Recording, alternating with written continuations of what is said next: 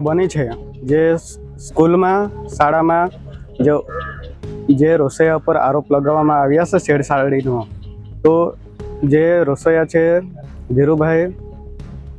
ધીરુભાઈ અને એમાં રમેશભાઈ પણ છે, તો એ પોલીસ તંત્ર એ લોકો પર કેસ કર્યો છે, તો એને ખુલ્લો કેમ મૂકવામાં આવ્યો? કાલ ઉઠીને છોકરીએ આજે આ બનાવ બન્યો છે અને છોકરીને કદાચ ધાક ધમકી પણ દબાણ હશે તો જ છોકરીએ આ પગલાં ભર્યા છે. આજે આંબાપાણી સ્કૂલમાં ભણતી હતી, જે એના સામે કંઈ છેડછાડીનો પેલો કેસ દાખલ થયેલો હતો પેલા રસોઈયાના સામે. એ માટે અમે હજુ પોલીસ પાસે કાર્યવાહી લીધી છે, બાકી એ લોકોએ કંઈ કાર્યવાહી હાથ ધરી નથી. એ માટે આજે છોકરીએ સવારે ગળે ફાંસો ખાઈ લીધો. આત્મહત્યાનો આ હોસ્ટેલમાં દબાણથી આત્મહત્યા કરેલ છે આ છોકરીએ. શું ઘટના બની